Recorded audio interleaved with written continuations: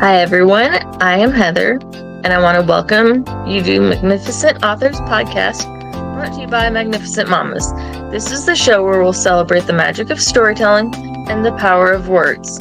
I'm your host, Heather, and each week I'll be sitting down with incredible authors from all walks of life to explore their creative journeys, uncover their writing secrets, and delve into worlds they create.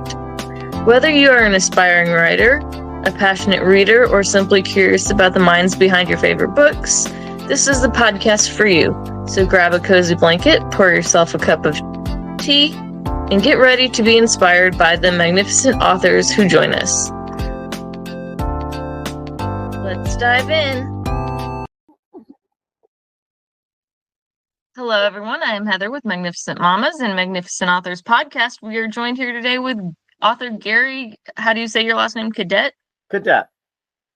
All right. Gary, do you want to introduce yourself? Often, not necessary. Gary S. Cadet. I like the S in there. Okay. Do you want to introduce yourself? Tell everybody a little about yourself?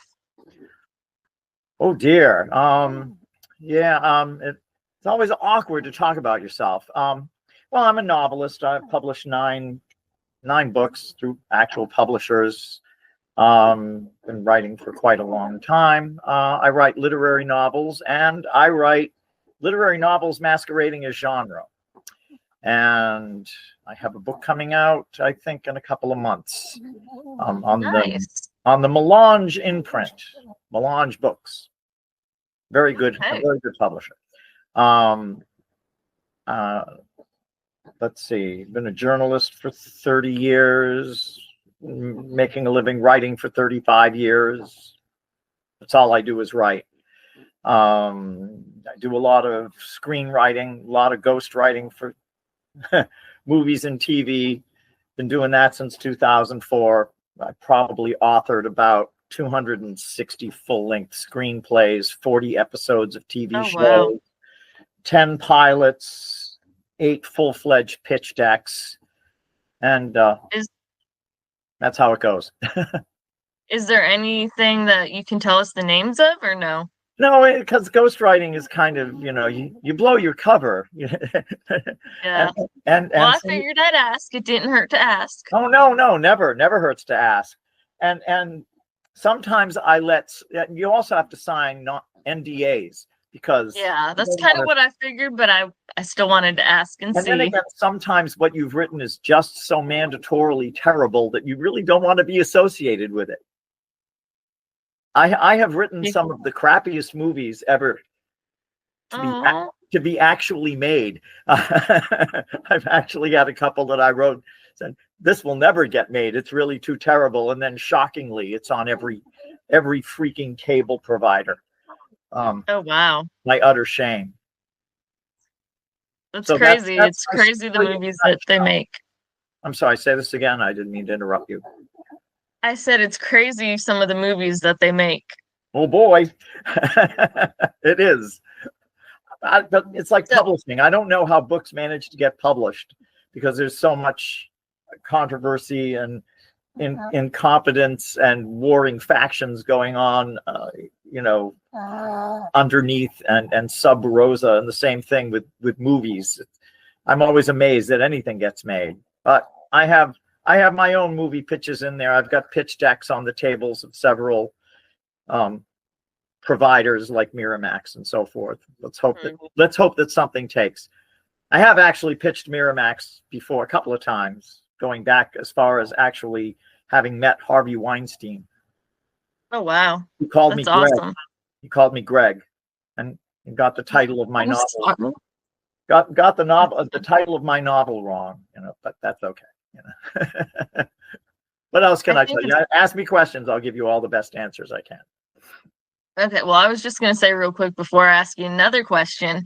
I think it's funny how you mentioned, that we were surprised at stuff that got made.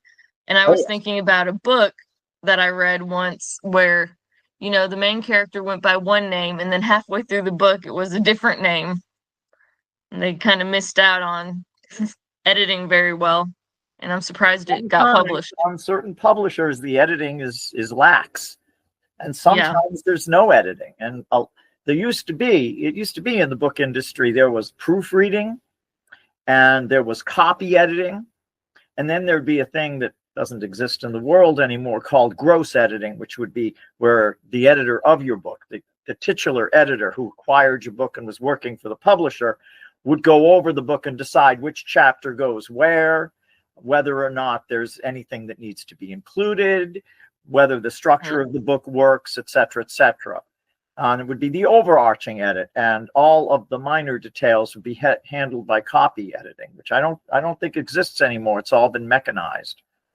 Yeah. And that leads to problems because, spell check, as you know, hat for hate won't catch that. Yeah. I agree. So what inspired you to write this book? Which one? The one that's coming out. Well, I used to be a crime columnist. My full-time job was to actually review crime novels. I did it for about a decade. And I read a lot of serial killer books. I've seen a lot of serial killer movies, and I'm familiar with the concept, and I mean, I even interviewed people like John Douglas of the FBI and Robert Ressler, who's an FBI agent who actually coined the term serial killer and began the concept of FBI profiling under the name of the CPPI, which was the Criminal Personality Profiling Index. And he went and interviewed a lot of serial killers. His ex-boss, John Douglas, kind of co-opted this and put it in a thing called Mindhunter. And if you watch Netflix, an adaptation of that happens to be on it. And a lot of Ressler's experience, Robert Ressler's experience, is expressed in that movie as being, John Douglas's literary self. A little dishonest, but especially the Ed Kemper parts were really taken from Ressler's book, was published by St. Martin's, called Whoever Fights Monsters, taken from the Nietzsche quote, "Whoever fights monsters must ever be vigilant against becoming one." That's true. And actually, I do use a quote from Ressler on the flyleaf of the current book of mine that's coming out, which is titled, appropriately enough, "Serial Killer Chic." Nice. A columnist for one of the New York papers called the vogue of serial killing entertainment serial killer chic, that it was popular, et cetera, et cetera. And I agree, there's a lot of, cliches. I remember back as a columnist, I remember reviewing a book by Jeff Lindsay called Darkly Dreaming Dexter, which wound up being the Showtime series Dexter, which had a serial killer. I love that show. A moral vigilante serial killer. But the essential untruth of that is serial murder is always about sex. It's always tied to sex. It's the only reason it's done. And the reason why it's compulsive is the only way the serial killer can get off is by killing. And he wasn't really like that. Dexter wasn't. But that doesn't exist in the world. No. It doesn't. There's no such thing as a vigilante killer for virtue. It doesn't. I mean, it's a nice literary concept, but not actual. Yeah. I mean, just pick your favorite. John Wayne Gacy, Ted Bundy, all about sex. Ed Gein, all about. In fact, Ed Gein wanted a sex change. Ed Gein would take the skins from corpses, sewed them together, and created a woman's suit that he would wear and frolic in the moonlight wearing. There's references to this in Manhunter and Silence of the Lambs, by Thomas. I forget what's his last name. No. I can't think of who it is. I've read all of his books too, and I'm having a momentary lapse. I read Black Sunday. I read Hannibal. I reviewed Hannibal. Oh yeah? Yeah. Didn't like it. He was turning Hannibal Lecter into Dr. Doom. The charming thing about Hannibal Lecter was really quoted very well in The Red Dragon, the novel that was adapted into Manhunter, where Will Graham is asked by Hannibal Lecter, "Do you think you're smarter than me because you caught me?" And Will Graham says, well, no, you were working under a disadvantage. I said, well, what disadvantage was that? You're insane. Oh my. But we And the lost that author was quality. Thomas Harris, by the way. Thomas Harris, thank you. You're welcome. I'll admit I haven't read any of the Hannibal books, I recommend and I the first probably two. should because I recommend the first two. They're fine. Hannibal is a farrago of failure, and really kind of elevating the whole, or I shouldn't say elevating, I should say descending it to the level of comic books. It's superficial and cliched, and I like some parts of it, but Hannibal cannot be an indefatigably irrefragable, undefeatable villain. Yeah. Villains and criminals have flaws. This is my problem with the crime genre. I've said this before, I'll say it again. Criminals are not postgraduate engineers who have the ability to execute elegant scores and make lots of money. Because if they could do that, they wouldn't have to be criminals. Yeah. Okay? They're criminals I can get because that. they're criminals because, excuse my language, they're fuck-ups. They have problems. They're not regular people. They can't fit in. They're sociopaths. They're psychopaths. And they're the worst of the worst. And law enforcement has trouble with that because law enforcement, and remember, I was a crime reporter for a number of decades. So I can safely tell you that there's very little separating the cops from the robbers. Very little. Oh, I bet. Sociologically speaking. I could believe that. It's true. They have sympathy with each other, and sometimes that works out to the benefit where a detective can understand what a criminal does and catch the criminal. But often, the police are involved in their own criminal activities and don't really have the time to stop crime.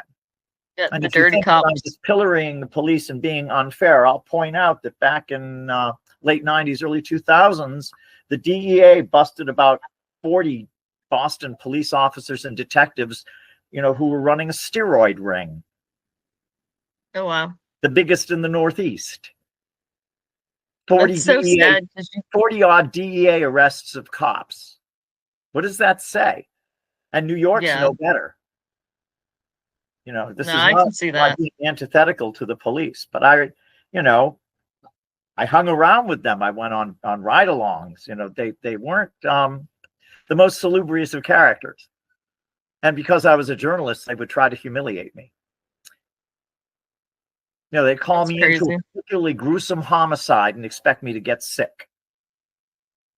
I went into the Dennis Whalen murder that was a bludgeoning. Dennis Whalen was a cancer survivor whose wife was dying of cancer, lost his daughter. It was a tragic story. They had some kind of fight. He took a fireplace poker and he bludgeoned his wife to death. Literally spread her brain across the room. And before the criminalists got there, me and my little police radio, I'm there because it's my job, and all the cops are there and they're snickering. They're like, watch him get sick. I was ready. I didn't do it. And yes, I put Vicks Vapor Rub under my nose. Oh, yeah. Just like Jodie Foster in Silence of the Lambs. Because it works. You need it. But I'll also point out I've been to Venice. And you need that in Venice, too. Oh, no. I was going to say, with the Vicks Vapor Rub thing, I'm a CNA, although I'm not working as a CNA right now. And when I first started working as a CNA, doing the Vicks trick, so I wouldn't smell the bowel movements and anything else. Yeah, you got to clean up a lot of goo. I mean, my heart goes out. I know what you have to do. And it's gruesome. I don't know how you do it. All I can say is glove up. Oh, yeah, definitely. So what would you say the most challenging part of writing your book was? To avoid cliches and to avoid doing the average thing that people expect. I'm always trying to upend genre to be more meaningful. So every book I write that's within genre, which I write for Melange. I've also written literary books for Yuki Oto Publishing and Foundations Publishing. I write literary, and I have more literary books to offer, and also some fantasy. I've got more books to sell than I can keep track of. But in any case, to make it fascinating, to make it new, to make it interesting, to not go the usual route, to not emulate Law and Order and, popular police procedurals, and also to have more of the real world. There's Yeah. no clear cut hero. In fact, the whole concept of the series that I write for Melange, which is Null and Boyd, it's the pairing of a damaged criminal psychopath who's a murderer of convenience and a guilt-ridden female police lieutenant who is trying to do the right thing and yet winds up paired with the psychopath doing the wrong thing that winds up being somehow right and just. So a lot of moral grayness. Do what? I'm sorry. A lot of moral grayness there. What's one thing you hope that readers take away from your book?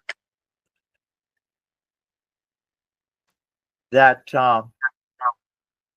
well, I guess the literary values that are within it, the ideas and concepts that are within it, the recognition that the world is not pat and organized like a story, but is chaotic and unpredictable and wild, and that things they wouldn't guess at happen.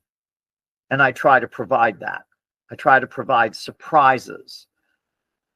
Like in the book Serial Killer Chic, there is no serial killer at first.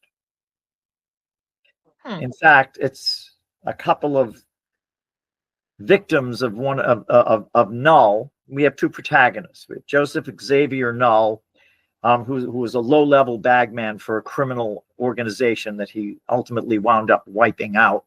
And there's Kay Boyd, who's a police lieutenant who ran the Boston Organized Crime Task Force before it was disbanded.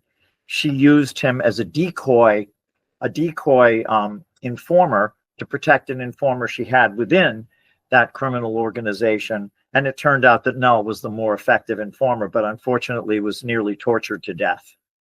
And then resurrected by an experimental therapy to become pretty much a one-man killing machine without any... Wow.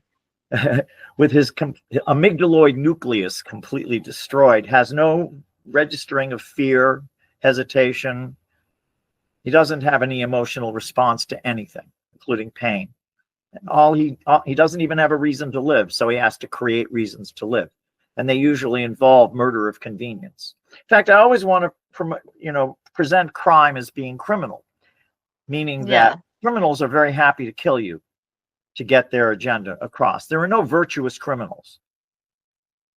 And in Serial Killer Chic, Null is being framed by two old opponents, and they've hired two desperate graduates of MCI Cedar Junction, also known as Walpole Maximum Security Prison, referred to in the book as the hole that was Walpole, and they're killing mothers and children and they're doing it a la 50 Shades of Grey, because the murders are called the mommy porn murders.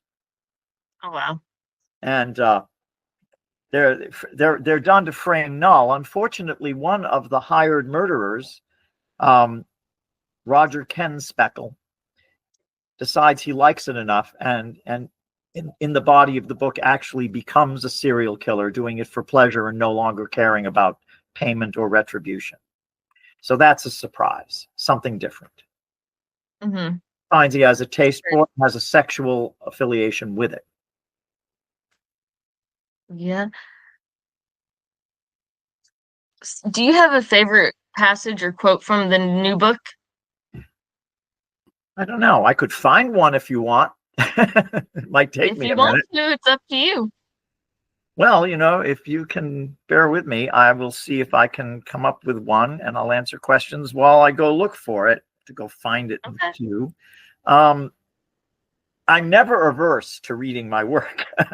I remember my first novel, I read passages of that at KGB, a club in New York that was famous for having a reading series. They even published collection, readings done at KGB. I didn't get included in that. I also read at the 92nd Street Y. Let's see what I can come up with here. Let's see. 1 second. You're good. Any other questions? Let's see. Does anyone else have any questions? Doug or Brett?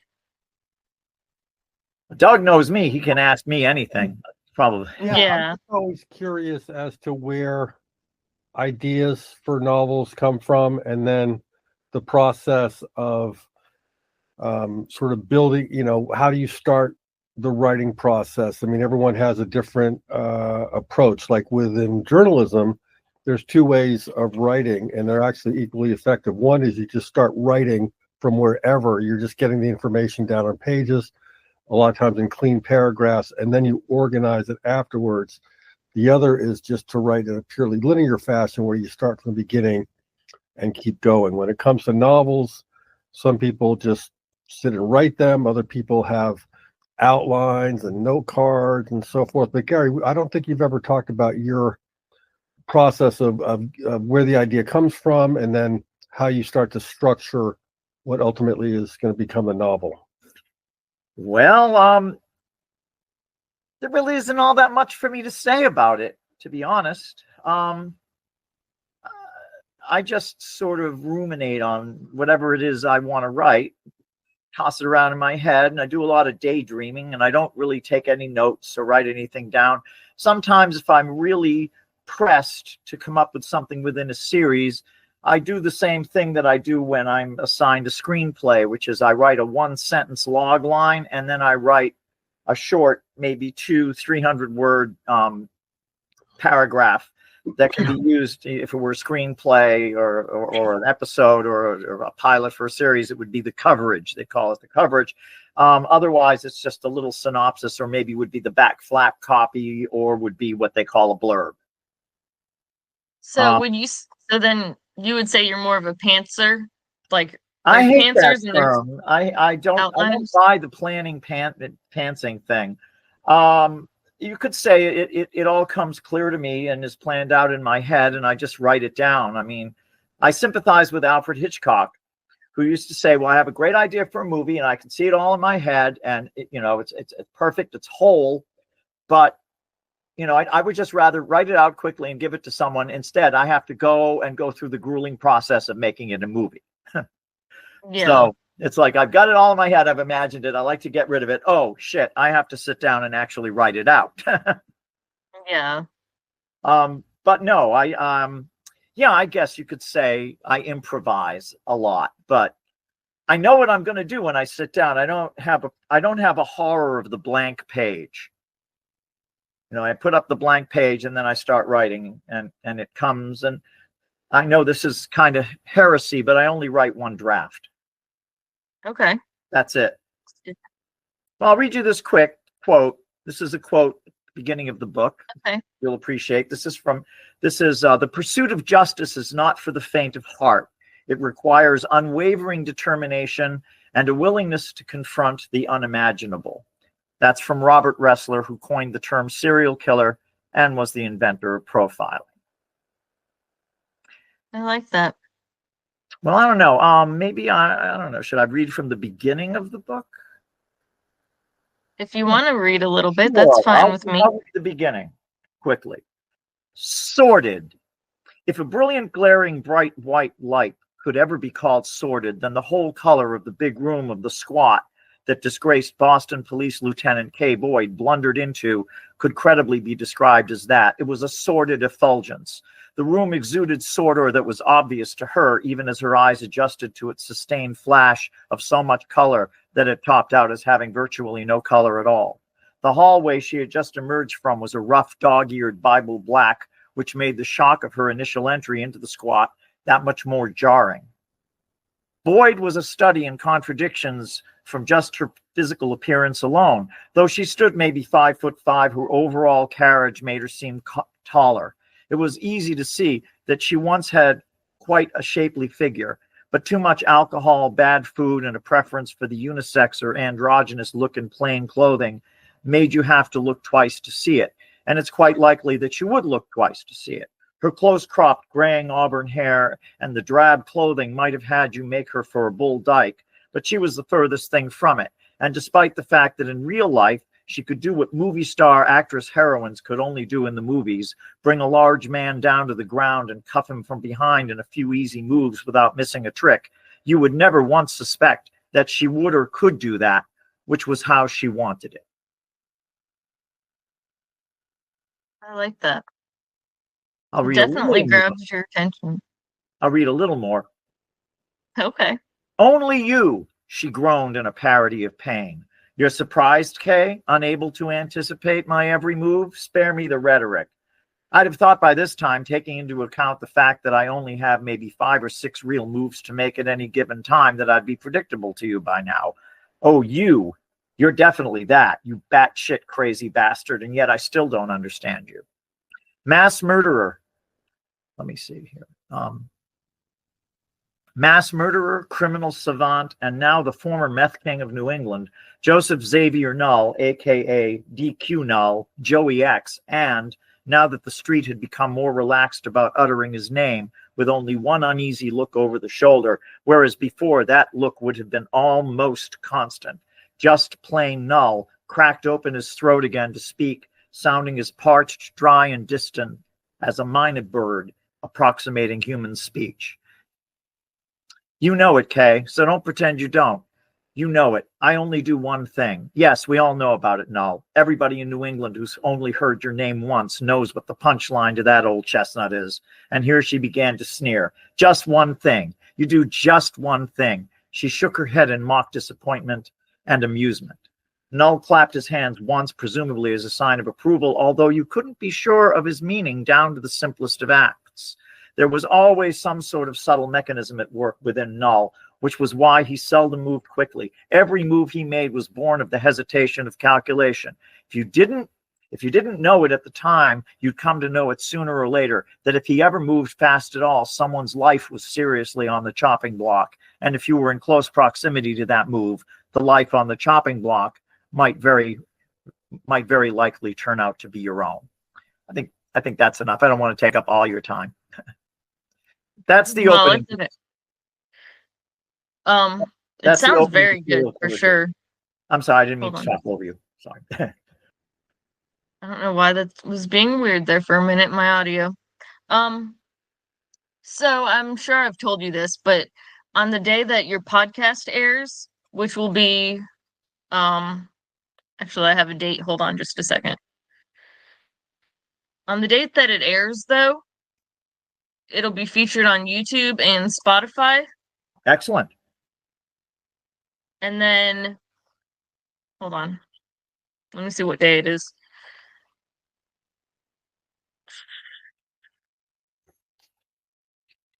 And then it'll also be on all our social medias with links to, check out your books and social or whatever too. Let me see.